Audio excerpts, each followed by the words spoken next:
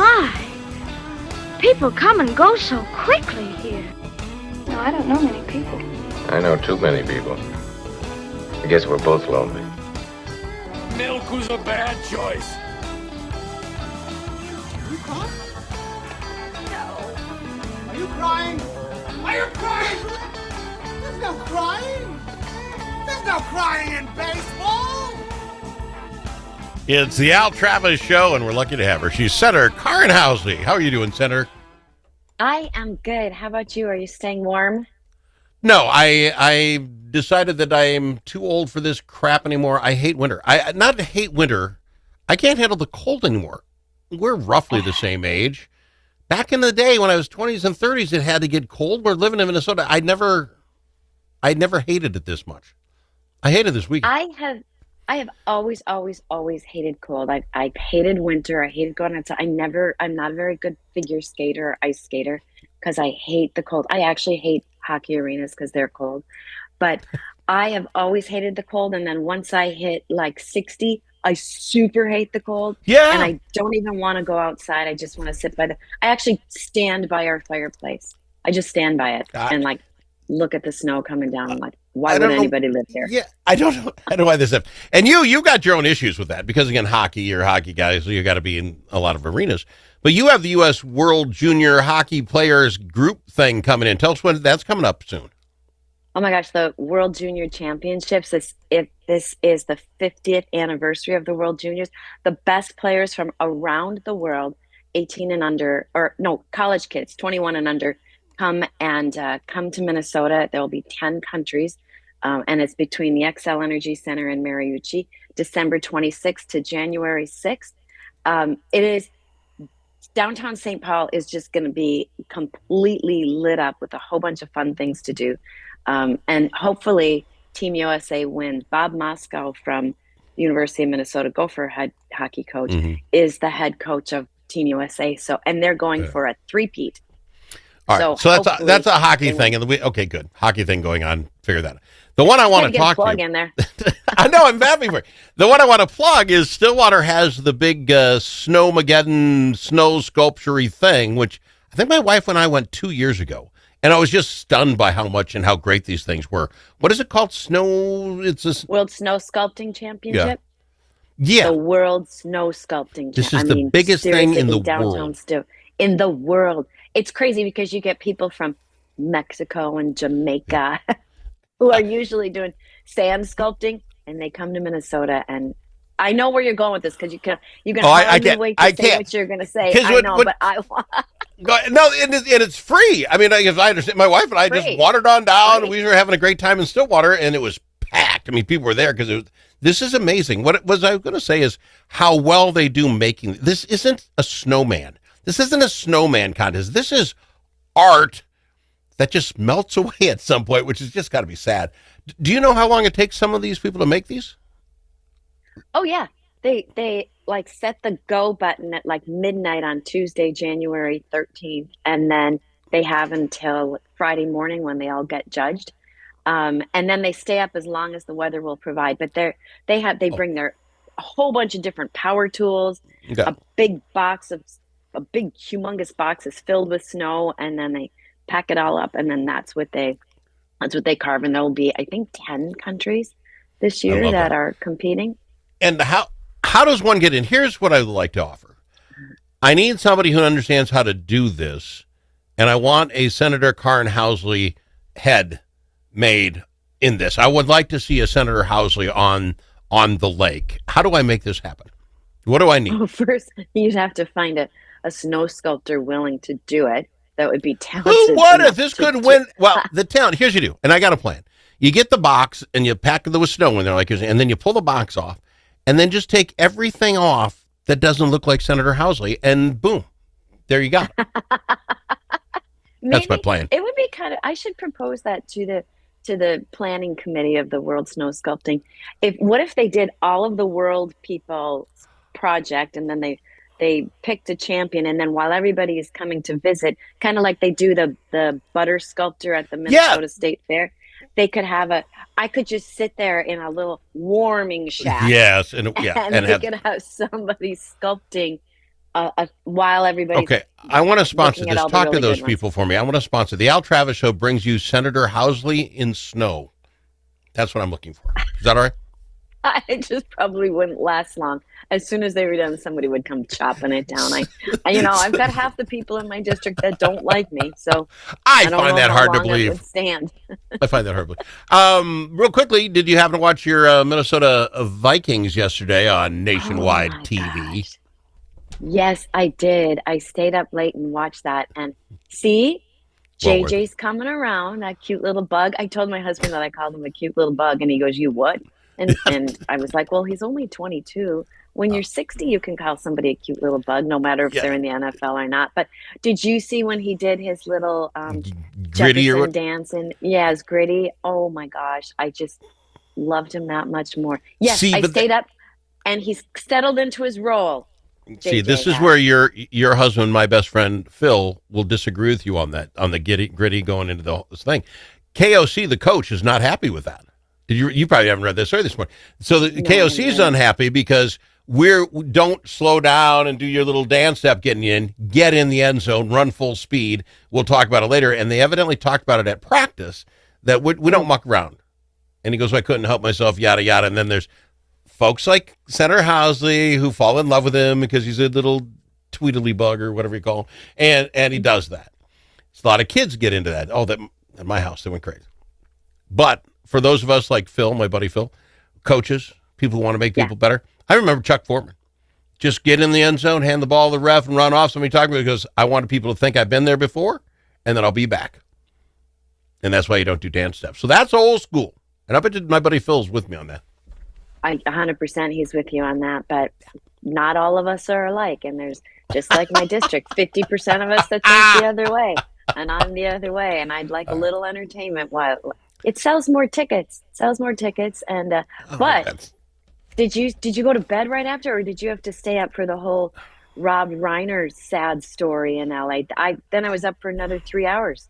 I got the Rob Reiner story this morning when I got up. I did not stay up any later. Rob Reiner, left wing is all left wing, and you can be whoever you want. I loved Rob Reiner. I thought he was good in his movies, and I thought as a director he was just off the charts. At first, when I first turned on, when I first saw it on X, people were hinting that it was probably because he was a big left winger. So of course, I'm right, he did it. And as far as we sit here now, it looks like it was a family affair. I was thinking, as I saw all of that, how the families of like Melissa Hortman or John Hoffman, the PTSD it must create when it's a husband and wife murdered in their house. And this, we think, maybe by someone they knew. But it just, that's what it got all stirred up in me. Like, you're not even safe in your own home. That just freaked me out. And I felt so bad for the Hoffmans and the Hortmans. But yeah, that was just shocking because I loved him too. Going way back to Meathead on Archie Bunker. We probably shouldn't have been watching the show. That wasn't politically correct, but it was funny.